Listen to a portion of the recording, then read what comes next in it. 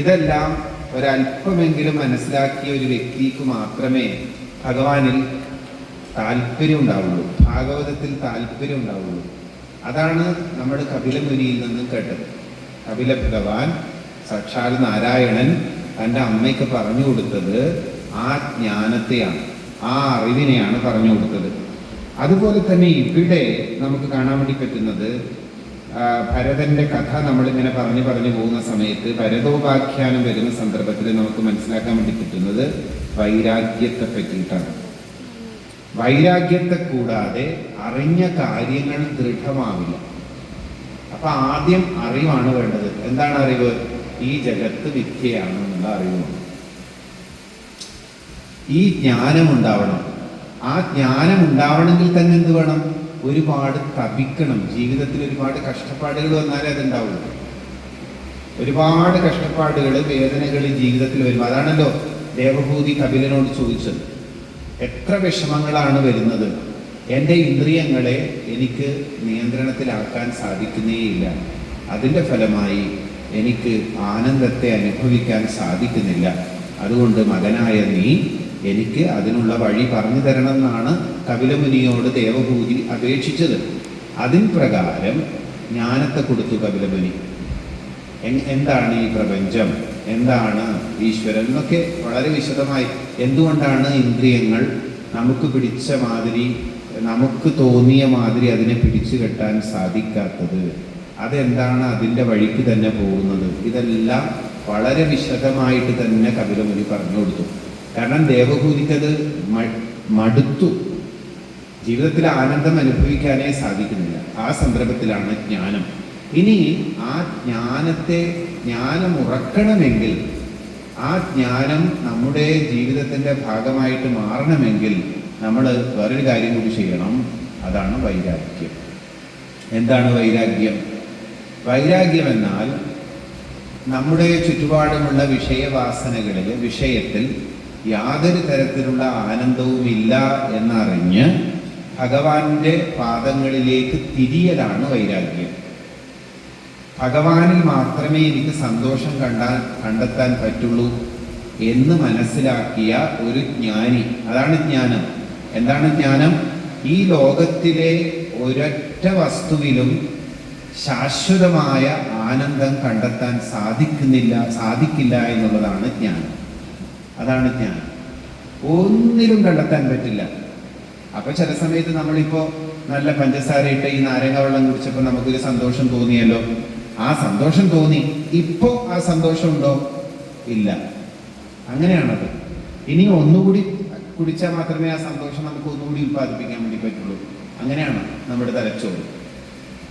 അതുകൊണ്ടാണ് പറയുന്നത്, ഈ ജാഗ്രത്തിലും സ്വപ്നത്തിലും ഒക്കെ നമ്മൾ ഈ അനുഭവിക്കുന്ന ആനന്ദം ശാശ്വതമല്ല. അതൊരല്പസമയത്തേക്ക് നമ്മളുടെ ആത്മാവിലേക്ക് ഇറങ്ങിച്ചെല്ലുന്ന സന്ദർഭത്തിൽ ഉണ്ടാകുന്ന ഒരു ചെറിയൊരു സ്പാർക്ക് മാത്രമാണ്, ചെറിയൊരു റിഫ്ലക്ഷൻ മാത്രമാണ് എന്ന് നമ്മൾ മനസ്സിലാക്കുന്നു.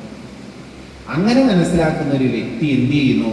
തൻ്റെ ഇന്ദ്രിയങ്ങളെ ഈ വിഷയ കാര്യങ്ങളിലേക്ക് പോകാത്ത രീതിയിൽ ഉള്ളിലേക്ക് വലിക്കുന്നു. അതാണ് വൈരാഗ്യം. ആ വൈരാഗ്യമാണ് ഭരതോപാഖ്യാനത്തിലൂടെ നമുക്ക് മനസ്സിലാക്കാൻ വേണ്ടി സാധിക്കുന്നത്. വൈരാഗ്യത്തെ കൂടാതെ ജ്ഞാനം ദൃഢമാവില്ല. വൈരാഗ്യം എന്നാൽ നമ്മുടെ ആഗ്രഹങ്ങളെയും നമ്മുടെ വിചാരങ്ങളെയും ഒക്കെ അടിച്ചമർത്തണം എന്നൊന്നുമല്ല വൈരാഗ്യത്തിൻ്റെ അർത്ഥം. അതിനെ ഒരു അതിൻ്റെ ഒരു സർഫീസ് ലെവലിലല്ല നമ്മൾ വൈരാഗ്യത്തെ മനസ്സിലാക്കുന്നത്. വൈരാഗ്യം എന്നാൽ ജ്ഞാനമുറച്ചവനിൽ ഉണ്ടാകുന്ന വിവേകമാണ് വൈരാഗ്യം. വിവേകത്തിൻ്റെ മറ്റൊരു രൂപം തന്നെയാണ് വൈരാഗ്യം. അവൻ പൂർണ്ണമായി മനസ്സിലാക്കുന്നു, എന്ത്? ഈ ലോകം ഒരിക്കലും എനിക്ക് സമാധാനം തരില്ല. അത് സത്യമാണ്. പക്ഷെ ഈ ലോകത്തിലെ ആൾക്കാർ ഇങ്ങനെ അങ്ങോട്ടും ഇങ്ങോട്ടും പോയിക്കൊണ്ടിരിക്കുകയാണ്. നമുക്ക് എല്ലായിടത്തും കാണാൻ വേണ്ടി പറ്റും. അപ്പൊ നമ്മൾ ചോദിക്കും, ഇപ്പൊ ഭാഗവത സപ്താഹത്തിൽ വന്നിട്ട് എനിക്ക് ആനന്ദമൊന്നും അല്ലല്ലോ കിട്ടണേ, ഉറക്കാണ്. ഇവിടെ നല്ല 4-5 ഫാനൊക്കെ വെച്ചിട്ടുണ്ട്, അപ്പൊ നന്നായി ശക്തിയായി തീരണം, അപ്പൊ നല്ല ഉറക്കമാണ് എനിക്ക് കിട്ടണേ. ആ ഉറക്കം ഒരു ആനന്ദം തന്നെയാണ് കേട്ടോ. ചില സമയത്ത് ഇങ്ങനെ ഗാഠമായ ഉറക്കത്തിലേക്ക് പോകുമ്പോൾ ആ ആനന്ദം തന്നെയാണ് അനുഭവിക്കുന്നത്. പക്ഷെ ഇടയ്ക്കിടയ്ക്ക് ഇങ്ങനെ പെട്ടെന്നൊന്ന് ഞെട്ടി ഉണർന്ന് എന്തൊക്കെയോ കേൾക്കാനും പറ്റുന്നുണ്ട്. അത് തന്നെ വലിയൊരു കാര്യമാണ്. പക്ഷെ ഉറങ്ങാൻ പോലും പറ്റാതെ വിഷയങ്ങൾക്ക് പിന്നാലെ സന്തോഷങ്ങൾക്ക് വേണ്ടി ഇങ്ങനെ ഓടി നടക്കുന്ന ഒരു സമൂഹം നമ്മൾക്കപ്പുറമുണ്ട്. അങ്ങനെയുള്ള സന്ദർഭത്തിലാണ് നമ്മളെല്ലാവരും ഇവിടെ ചേർന്നിരിക്കുന്നത്. ഈ ഒരു 7 ദിവസം എന്തൊരു ഭാഗ്യമാണെന്ന് നോക്കൂ. ഒരല്പസമയം നമ്മുടെ ഉള്ളിലേക്ക് തിരിയാൻ, അവിടെയാണ് യഥാർത്ഥമായ സ്വാതന്ത്ര്യവും സന്തോഷവും ഉള്ളത് എന്ന് മനസ്സിലാക്കി വിവേകികളായി ഈ ഭാഗവതത്തില് നമ്മളോട് പങ്കുവയ്ക്കുന്ന ജ്ഞാനത്തെ നുകർന്ന്, ഭക്തിരസത്തെ നുകർന്ന് ശാശ്വതമായ ആ ആനന്ദത്തിലേക്കുള്ള ഒരു സഞ്ചാരമാണ് നമ്മളിവിടെ നടത്തുന്നത്. അങ്ങനെ ഈ ആശ്രമത്തില് സകല വിഷയവാസനകളും അവസാനിച്ച മനസ്സുമായിട്ട് ധ്യാനിക്കുകയാണ് ഭരതൻ. ആ സമയത്ത് ഗണ്ഡകി നദിയിൽ സ്നാനം ചെയ്ത് സന്ധ്യാവന്ദനമൊക്കെ കഴിച്ച് ഒരു ദിവസം ഓങ്കാര മന്ത്രമൊക്കെ ജപിച്ച് നദീതീരത്ത് വന്നിരുന്നു ഭരതൻ. ആ സമയത്ത് ഗർഭിണിയായിട്ടുള്ള ഒരു മാൻ, ഒരു പിടമാൻ വെള്ളം കുടിക്കുന്നതിന് അവിടെ വന്നു അത്രേ. അത് വെള്ളം കുടിച്ചു കൊണ്ടിരുന്നപ്പോൾ പെട്ടെന്ന് ഒരു സിംഹത്തിന്റെ അലർച്ച കേട്ട് മാൻ നാലുപാടും ഭയം കൊണ്ട് അങ്ങോട്ടും ഇങ്ങോട്ടും നോക്കി. ആ ഭയത്തില്, ആ ശരീരായാസം കൊണ്ട് ആ മാൻ പ്രസവിച്ചു.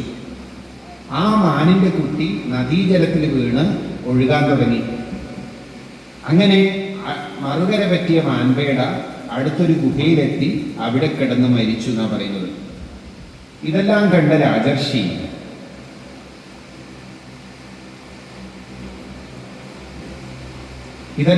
രാജർഷി ഭരതന് ആ മാൻകുട്ടിയിൽ ഒരാഗ്രഹം തോന്നി എന്നാ പറയുന്നത്. അപ്പൊ മാൻ ഒലിച്ചു പോയി. ആ മാൻകുട്ടി മറുകര പറ്റി. ആ മാൻകുട്ടിയെ എടുത്ത് വളർത്തിയാണ് ഭരതൻ. ആശ്രമത്തിലേക്ക് കൊണ്ടുപോയി മാൻകുട്ടിയെ വളർത്താൻ വേണ്ടി തുടങ്ങി. തൻ്റെ മനസ്സ് മുഴുവനും ആ മാൻകുട്ടിയിൽ വെക്കാൻ വേണ്ടി തുടങ്ങി. അതിൻ്റെ ഫലമായിട്ട് എന്ത് സംഭവിച്ചു? യമനിയമാദികളും മറ്റു പൂജാകാര്യങ്ങളും തപസ്സും എല്ലാം ഭരതൻ മറന്നു പോകാൻ തുടങ്ങി.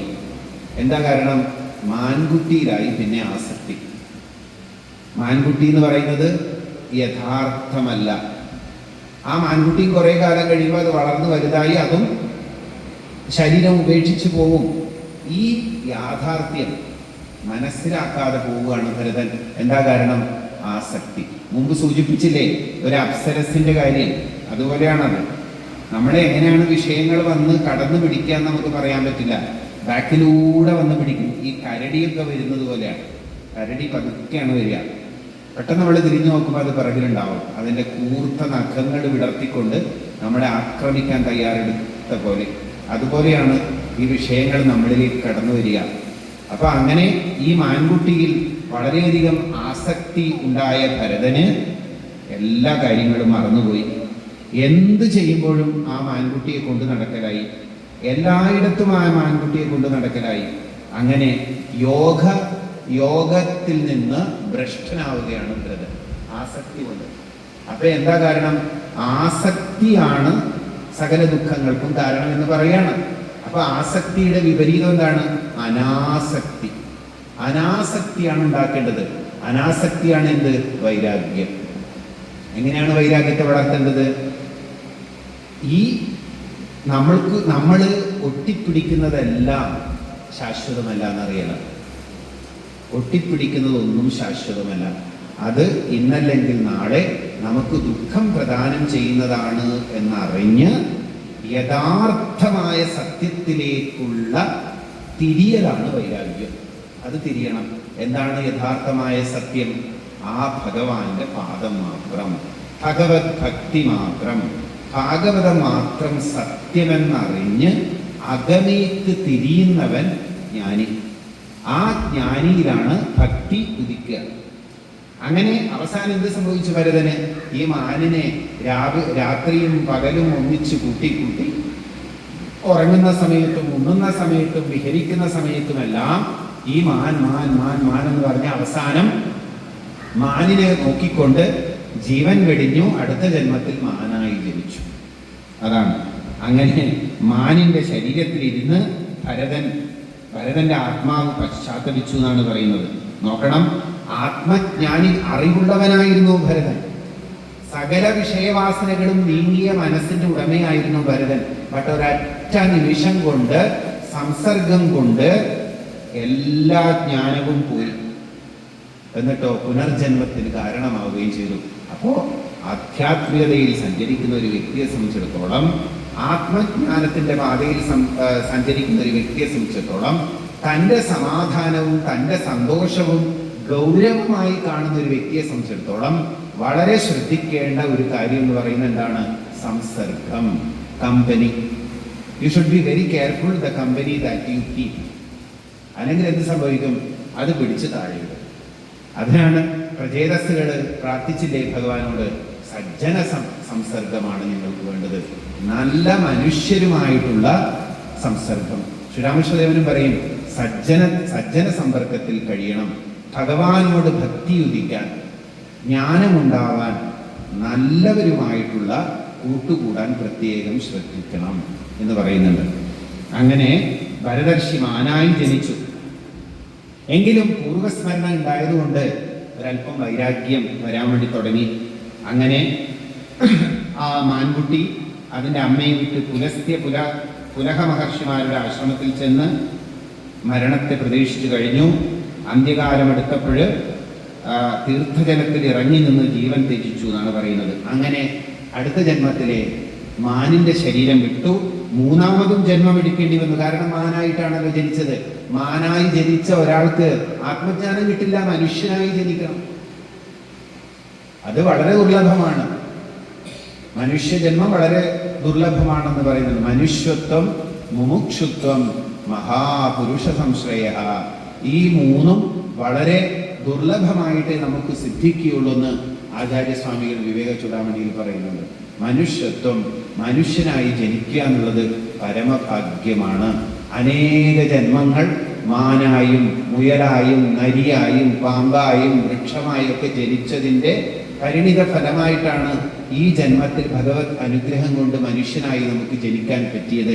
മനുഷ്യനായി ജനിച്ച് മനുഷ്യജന്മത്തിൻ്റെ ലക്ഷ്യത്തിലേക്ക് എത്താതെ മരിച്ചു പോയാൽ വീണ്ടും ജനിക്കേണ്ടി വരും എന്ന് പറയുന്നത്. പ്രാരാബ്ധം അനുസരിച്ച് ജനിക്കേണ്ടി വരും.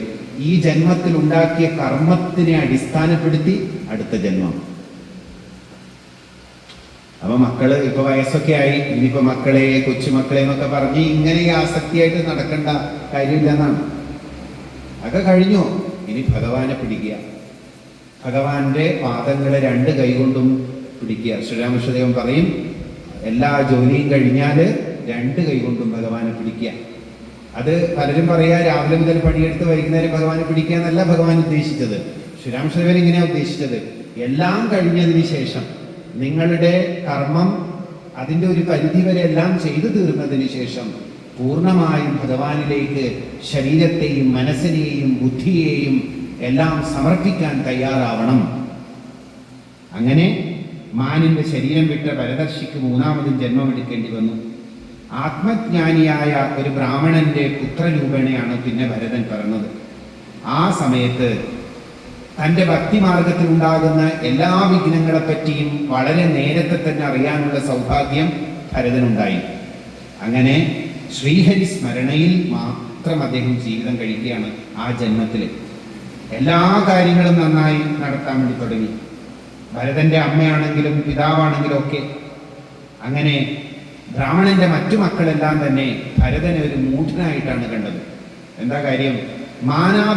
മാനാപമാനങ്ങളെ പറ്റി യാതൊരു ചിന്തയുമില്ലാതെ, യാതൊന്നിലും ഒട്ടലില്ലാതെ വളരെ വിരാഗിയായി കഴിഞ്ഞതുകൊണ്ട് ഭരതനെ എല്ലാവരും കളിയാക്കി.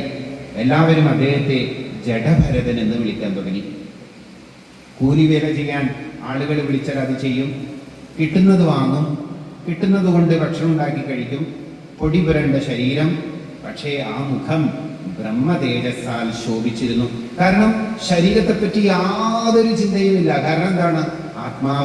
ആത്മാരാമനിൽ ലയിച്ച സമയത്ത് പിന്നെന്ത് ശരീരമാണ് അല്ലേ? അപ്പോ എല്ലാവരും ശ്രീരാമകൃഷ്ണദേവനെ ദക്ഷിണേശ്വരത്തെ എല്ലാവരും വിളിച്ചത് ഭ്രാന്തൻ എന്നാണ്. ശാരദാദേവിയുടെ കുടുംബക്കാരെല്ലാം ദേവിയുടെ കാതിൽ കേൾപ്പിച്ചത്, അതാ ദക്ഷിണേശ്വരത്ത് നിന്റെ ഭർത്താവ് ഒരു ഭ്രാന്തനെ പോലെ അങ്ങോട്ടും ഇങ്ങോട്ടും അമ്മേ അമ്മേ അമ്മേ എന്ന് വിളിച്ച് നടക്കുകയാണ്. അപ്പോൾ ആത്മജ്ഞാനം ഉണർന്ന ഒരാളെ മനസ്സിലാക്കാൻ പ്രയാസമാണ്. അവർക്ക് ശരീര മനോബുദ്ധികളിൽ നടക്കുന്ന യാതൊരു കാര്യങ്ങളുമായി യാതൊരു തരത്തിലുള്ള ഒട്ടനുമില്ല. അതുപോലെ ജഡഭരതൻ ശ്രീഹരി സ്മരണയിൽ കഴിയുകയാണ്. അങ്ങനെ ജഡഭരതൻ ജീവൻ മുക്ത ദശയുടെ അവാജ്യമായ ആനന്ദം അനുഭവിച്ചു എന്നാണ് പറയുന്നത്. അങ്ങനെ ഒരിക്കല് ഒരു ശൂദ്രരാജാവ് പുത്രനുണ്ടാകാൻ വേണ്ടി ഭദ്രകാളിക്ക് നരബലി കൊടുക്കാൻ തീർച്ചയാക്കിയത്രേ. അതിനായി പിടിച്ചു വെച്ചിരുന്ന ഒരു മനുഷ്യൻ ഓടിപ്പോയി. അപ്പോൾ ഭദ്രകാളിക്ക് നരബലി കൊടുക്കാൻ വേണ്ടിയിട്ട് അങ്ങനെ നല്ല കരുത്തുള്ള ഒരു ശരീരം ഉള്ള ഒരാളെ വേണം ദേവിക്ക് ബലിയർപ്പിക്കാൻ.